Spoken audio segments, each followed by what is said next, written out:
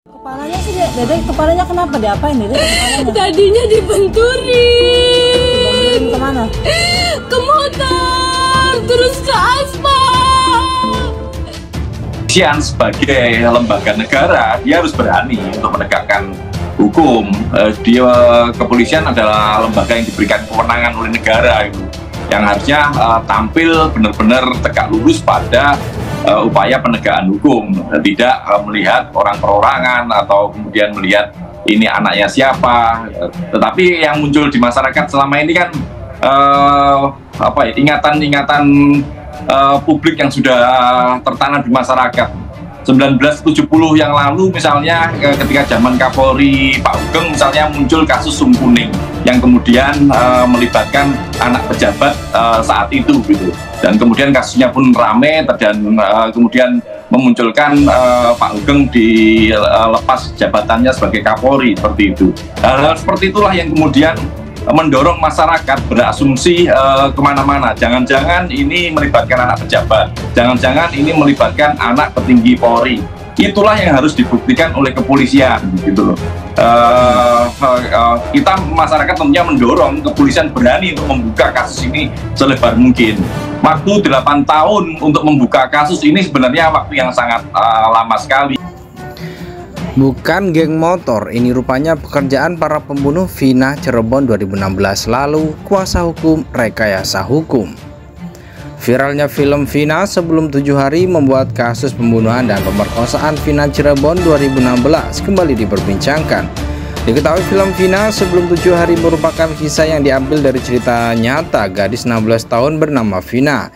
Ia diketahui meninggal dunia bersama kekasihnya Eki setelah dibunuh oleh sekelompok geng motor. Atas hal tersebut, 5 dari 8 tersangka sudah ditangkap, sedangkan 3 orang termasuk pelaku utama yaitu Egi masih belum diketahui keberadaannya. Banyaknya huru-hara cerita kasus tersebut, kuasa hukum terpidana kasus pembunuhan Vina pun membantah bahwa kliennya adalah anggota geng motor. Jogi Nainggolan selaku kuasa hukum terpidana mengatakan adanya kejanggalan dalam kasus pembunuhan Vina pada 2016 silam. Hal itu ia sampaikan dalam acara 2 CCTV One yang tayang pada Kamis 16 Mei 2024. Klien kami adalah korban rekayasa hukum yang dilakukan penyidik Polres Cirebon, ujarnya Jogi. Jogi menegaskan para terdakwa bukanlah anggota geng motor seperti santer diberitakan. Mereka adalah pekerja buruh kasar, pekerja bangunan yang tidak ada hubungannya dengan geng motor, lanjutnya. Jogi Nainggolan kemudian membeberkan kronologi di malam pembunuhan dan dugaan pemerkosaan terhadap Vina Cirebon. Di malam kejadian, klien kami bersama teman-temannya sudah berada di sebuah gang di sebelahnya rumah Bu Nining, ungkap Jogi. Di malam itu para terduga yang berjumlah sekitar 9 orang dianggap berisik hingga diusir oleh pemilik rumah Bu Nining. Dan di malam itu karena mereka terdengar agak gaduh suaranya oleh pemilik rumah, mereka disuruh untuk meninggalkan tempat, katanya. Sehingga para terduga pelaku pindah tempat nongkrong ke rumah Pak RT setempat hingga mereka tidur sampai keesokan harinya. Sementara peristiwa kejadian ini di malam itu jaraknya 1 km dari tempat mereka duduk-duduk. Ini yang tidak diungkapkan oleh kepolisian, ada saksinya, pungkas Jogi. Diketahui Vina merupakan korban pembunuhan yang dilakukan oleh geng motor pada tahun 2016 silam. Vina dan kekasihnya Muhammad Rizky Rudiana atau Eki menjadi korban kesadisan geng motor yang terjadi di Kabupaten Cirebon. Kasus yang dialami mereka awalnya dikira tewas karena kecelakaan lalu lintas. Namun ternyata mereka tewas akibat dianiaya dan dikeroyok segerombolan remaja atau geng motor di Kecamatan Talun, Kabupaten Cirebon. Polresta Cirebon pun melakukan penyelidikan dan korban dinyatakan sebagai korban pembunuhan. Kasus yang dialami Vina dan Eki ini pun kini diangkat menjadi film bergenre horor yang tayang di bioskop.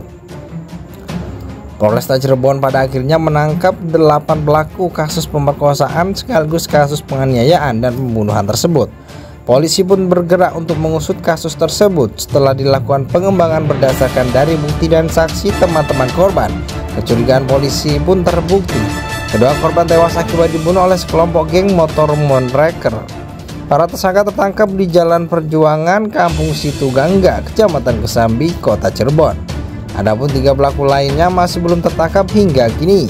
Beredar pula rekaman suara Vina yang merasuki sahabatnya yaitu Linda. Vina mengaku menolak cinta Egi lantaran ia ingin menikah dengan Eki.